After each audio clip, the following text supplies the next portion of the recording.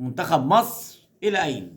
أسف الشديد منتخب مصر حط نفسه في موقف لا يحسد عليه. منتخب مصر للأسف الشديد بعد التعادل مع موزمبيق وبعديها التعادل مع غانا بطريقة صعبة جدا، كان ممكن مصر تتهزم في مباراة سواء موزمبيق أو غانا، لكن كانت أقرب كمان غانا، لأن كان منتخب مصر مهلهل تماما خصوصا في الشوط الأول. لكن بعد زي ما قلنا طبعا مرارا وتكرارا، وقلنا أكتر من مرة إن لو وجود محمد صلاح في منتخب مصر، وده التصريح اللي قاله امبارح كابتن حسن شحاتة، قال لو أنا بدرب منتخب مصر، سألوه لو أنت يا كابتن بتدرب منتخب مصر أو مسؤول عن منتخب مصر وكان محمد صلاح او النني بالمستوى ده، قال طبعا كنت هخرجه، مفيش كلام، وما كنتش هنتظر، لان محمد صلاح اصبح الجماهير المصريه كلها زعلانه وبتقول ان هو بيلعب في ليفربول افضل من منتخب مصر، وان هو خايف على رجله والكلام ده اتقال كتير جدا لمحمد صلاح، سواء قبل تصفيات كاس العالم اللي فاتت اللي دخل فيها السنغال على حساب منتخب مصر، او في البطوله الافريقيه ديت، وده واضح جدا قدام الناس. لكن فعلا بعد خروج محمد صلاح وخروج محمد النني ونزول عمر مرموش ونزول تريزيجيه، اصبح لمنتخب مصر انياب، وفعلا مصطفى محمد عمل مباراه والاروع، ومعاه كمان امام عاشور وتريزيجيه وعمر مرموش قدروا ان هم يتعدوا، وكان ممكن كمان منتخب مصر يكسب المباراه دي.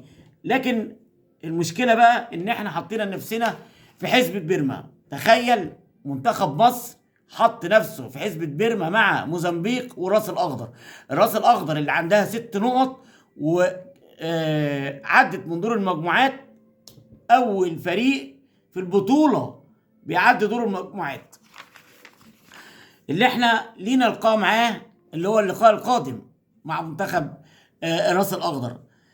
اي نتيجه غير الفوز على الراس الاخضر هتبقى كارثه على منتخب مصر. اي فوز هيبقى منتخب مصر للاسف الشديد خرج من، مش هقدر بقى اقول من باب الكبير، من باب الصغير للاسف.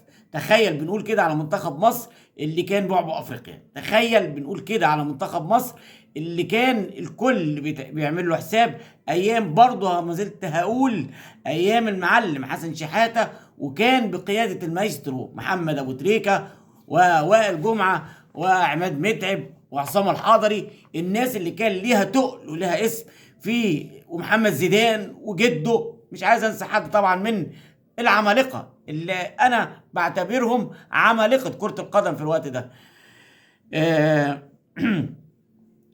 طيب اي حاجه غير كده غير الفوز للاسف الشديد يبقى احنا بنفقد اي فرص في البطوله، لان في حاله لو احنا تعادلنا هتبقى 3 نقط. طب لو فازت غانا على موزمبيق هتبقى غانا كده 4 نقط، يبقى احنا بره.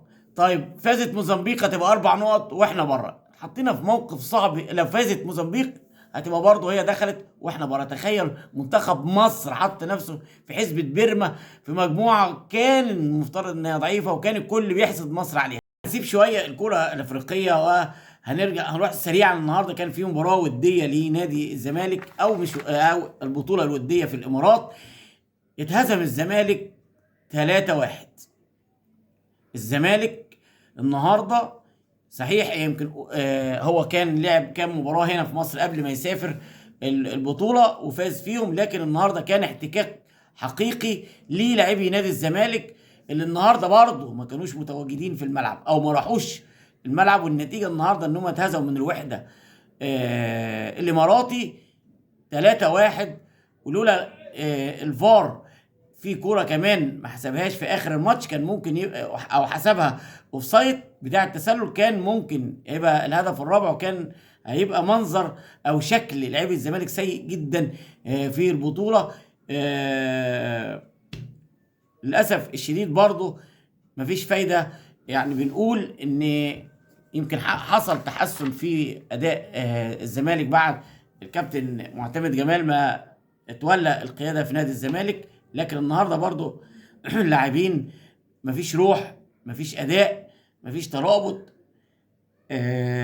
مفيش حاجات كتير